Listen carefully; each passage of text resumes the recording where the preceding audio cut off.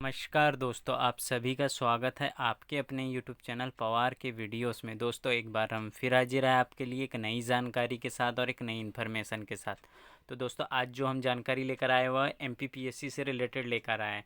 MPPSC से related क्या जानकारी लेकर आए?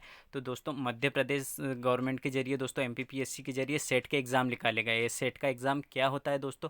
तो आप पीजी करने के बाद यह सेट का एग्ज़ाम दे सकते हैं। इससे आप असिस्टेंट प्रोफेसर बन सकते हैं। किसी भी कॉलेज में जाकर असिस्टेंट प्रोफेसर के पद पर आप नियुक्ति पा सकते हैं। या फिर आप पीएचडी करना चाहते हो स्टेट लेवल पे, यानी मध्य प्रदेश लेवल की जो भी यूनिवर्सिटी है जो पीएचडी करवाती है, तो उसमें भी यह एग्ज़ाम आपकी मदद करता है। तो क्या नोटिफिकेशन है इसके लिए, क्या एलिजिबिलिटी लगने वाली है, कब से फॉर्म भरे तो जाएंगे, कितनी फ़ीस लगेंगी, क्या सिलेबस रहने वाला है, इससे रिलेटेड सारी जानकारी हम इस वीडियो में कवर करेंगे। तो अभी तक क्या आपने हमारे यूट्यूब चैनल पवार के वीडियोस को दोस्तों सब्सक्राइब कर नहीं रखा है, तो चैनल को सब्सक्राइब कर सकते हैं और पास में बने बेल आइकन को भी प्रेस कर सकते हैं इसी महत्वपूर्ण जानकारी पाने के लिए। चलिए अब हम आपको पूरी नोटिफिकेशन कैसे डाउनलोड करना है इससे रिलेटेड जानकारी बताते हैं। अगर आपको यह नोटिफिकेशन डाउनलोड नहीं कर पाते हैं तो आप हमारे टेलीग्राम को ज्वाइन कर लीजिए। डिस्क्रिप्शन में हमारे टेलीग्राम का लिंक है, वहाँ से आप यह नोटिफिकेशन आसानी से डाउनलोड कर पाएंगे। तो टेलीग्राम को ज़रूर ज्वाइन करिए, आपको नोटिफिकेशन वहाँ पर आसानी से मिल जाएंगे। चलिए अब हम आपको बताते हैं कि आप मध्य प्रदेश की पीएससी की वेबसाइट पर आएंगे। पीएससी की वेबसाइट पर आने के बाद आपको स्क्रॉल डाउन करते हुए नीचे जाना होगा। स्क्रॉल डाउन करते हुए नीचे जैसे आएंगे तो आप यहाँ पर एडवर्टाइजमेंट वाले ऑप्शन में देखेंगे कि यहाँ पर आपको दिखाई दे रहा है एडवर्टाइजमेंट स्टेट एलिजिबिलिटी टेस्ट, यानी सेट का एग्ज़ाम 15 तारीख को यह नोटिफिकेशन आया है, 15 मार्च को, और इसके एग्ज़ाम की पूरा शेड्यूल इनके नोटिफिकेशन में दिया गया है। यह असिस्टेंट प्रोफेसर के लिए सेट का एलिजिबिलिटी टेस्ट होता है, स्टेट एलिजिबिलिटी टेस्ट। आप अगर सेट निकालते हो तो मध्य प्रदेश में किसी भी कॉलेज में या मध्य प्रदेश की किसी भी यूनिवर्सिटी में आप ये फॉर्म भरने के लिए एलिजिबल हो जाते हो, असिस्टेंट प्रोफेसर के लिए या मध्य प्रदेश की यूनिवर्सिटियों में पीएचडी करने के लिए। चलिए अब हम नोटिफिकेशन को डाउनलोड करेंगे और अदर जानकारी लेंगे। तो देखिए दोस्तों, ऐसे करेंगे आप ओके, तो यहाँ डाउनलोड का ऑप्शन आ जाएगा, डाउनलोड करेंगे। डाउनलोड होने के बाद देखिए पीडीएफ खुलने का ऑप्शन आ गया, हम पीडीएफ खोलेंगे। आपके पास पीडीएफ खुल जाएगा तो उसमें पूरी ए टू जेड जानकारी आपको सेट से रिलेटेड मिल जाएंगी। अगर आपको ये जानकारी अच्छी लग रही हो तो आप चैनल को सब्सक्राइब कर रख सकते हैं और पास में बने बेल आइकन को भी प्रेस कर सकते हैं और हमारे टेलीग्राम को भी ज्वाइन कर सकते हैं। अब देखिए दोस्तों, पूरा नोटिफिकेशन डाउनलोड हो चुका है। यहाँ पर आप देख पा रहे हो Madhya Pradesh public service commission, Madhya Pradesh लोक सेवा आयोग, राज्य पात्रता परीक्षा 2004 हेतु विज्ञापन। देख पा रहे हैं विज्ञापन है और कौन से पेज पे कौन सी डिटेल दी गई है, यहाँ पर इन्होंने सभी चीज़ें यहाँ पेज पर मेंशन करके बता दी है। सबसे पहले हम बात करते हैं महत्वपूर्ण डेटों की, यानी एग्ज़ाम फॉर्म कब से भरे जाएंगे, क्या क्या डेटें रहने वाली है, क्या क्या एग्ज़ाम फीस रहने वाली है। तो आप यहाँ पर देख पा रहे हैं इन्होंने फॉर्म भरने की डेट दे दी है दोस्तों। यह 15 तारीख को नोटिफिकेशन आ गया है, यह बताया 15 मार्च को, और अब 21 मार्च से आपके फॉर्म भरना स्टार्ट हो जाएंगे। 21 मार्च से फॉर्म भरे जाएंगे और आवेदन फॉर्म भरने की अंतिम तिथि रहने वाली दोस्तों 20 अप्रैल 2024 12 बजे तक के आप यह फॉर्म भर पाएंगे। अगर आपके आवेदन में कुछ गलती हो जाती है उसमें सुधार कर सकते हो। अगर आपने फॉर्म पहले से भर के रखा है और गलती हो जाती है तो आप 27 तारीख तक के 27/3 से लेकर 22/4 तक के आप 12 बजे तक के फॉर्म में सुधार कर सकते हैं। अगर आप फॉर्म किसी कारणवश नहीं भर पाए और फिर भी भरना चाहते हो तो विलम्ब शुल्क के साथ आप फिर से फॉर्म भर पाओगे 30/4 तक के। और उसके बाद त्रुटि सुधार में भी दोस्तों आप उनकी त्रुटि सुधार विलम्ब वाले में भी यहाँ पर त्रुटि सुधार कर सकते हो विलम्ब शुल्क के साथ। और विलम्ब शुल्क के साथ सेकंड राउंड आएगा जो 10 दिन पूर्व दोपहर में, यानी एग्ज़ाम के 10 दिन पूर्व, परीक्षा तिथि के 10 दिन पहले तक के आप भर सकते हो। तो उसकी भी फ़ीस क्या लगने वाली है और उसमें त्रुटि का में क्या फ़ीस लगने वाली है वह यहाँ पर इन्होंने मेंशन करी है। उसके बाद आपका परीक्षा शुल्क क्या लगने वाला है तो यहाँ पर हम आपको बताते हैं। अगर आप नॉर्मल जो डेट है उनके बीच अगर फॉर्म भरते हो और आप यहाँ पर मध्य प्रदेश के मूल निवासी हो, अनुसूचित जाति, अनुसूचित जनजाति, पिछड़ा वर्ग, ईवीएस या हैंडीकेप्ड या दिव्यांगजन यानी दिव्यांगजन श्रेणी के अभ्यर्थी हो तो आपको 250 रुपये प्लस पोर्टल शुल्क जो होगा वह देना होगा। उसके बाद अगर आप अन्य श्रेणी मध्य प्रदेश यानी उनको छोड़कर, यानी जनरल श्रेणी और मध्य प्रदेश के बाहर के निवासी है तो आपको 500 रुपये प्लस 40 रुपये पोर्टल शुल्क लगने वाला।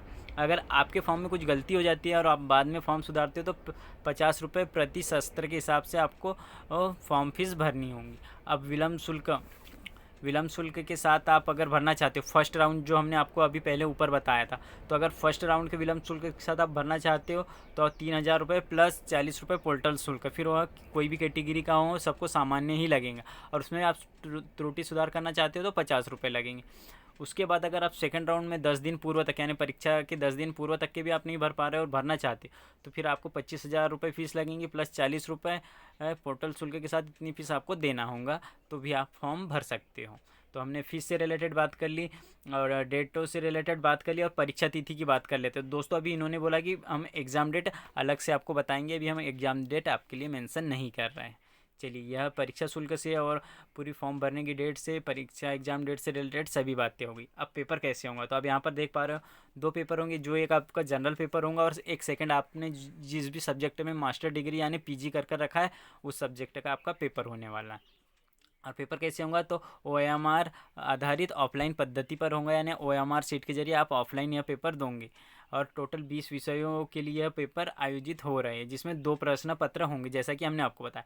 पहला प्रश्न पत्र जनरल ऑन पेपर होगा, जिसमें बहुविकल्पीय प्रश्न होंगे। दोस्तों यहाँ पर इन्होंने बताया कि किस प्रकार के मल्टीपल क्वेश्चन होंगे, बहुविकल्पीय, सुमेलित टाइप, सत्य असत्य, करण कारक, विज्ञान महाविद्यालय अनुदान आयोग के निर्देशों के अनुसार वह पेपर होगा। यानी फर्स्ट पेपर जो है जनरल अवेयरनेस, और जो सेकंड पेपर होगा दोस्तों आपका, वह आपके सब्जेक्ट से स्पेसिफिक होगा, यानी आपके सब्जेक्ट से रिलेटेड होगा, जिसमें आपके पूरे सब्जेक्ट से रिलेटेड ही चीज़ें आएगी। चलिए, यह भी जानकारी हो गई।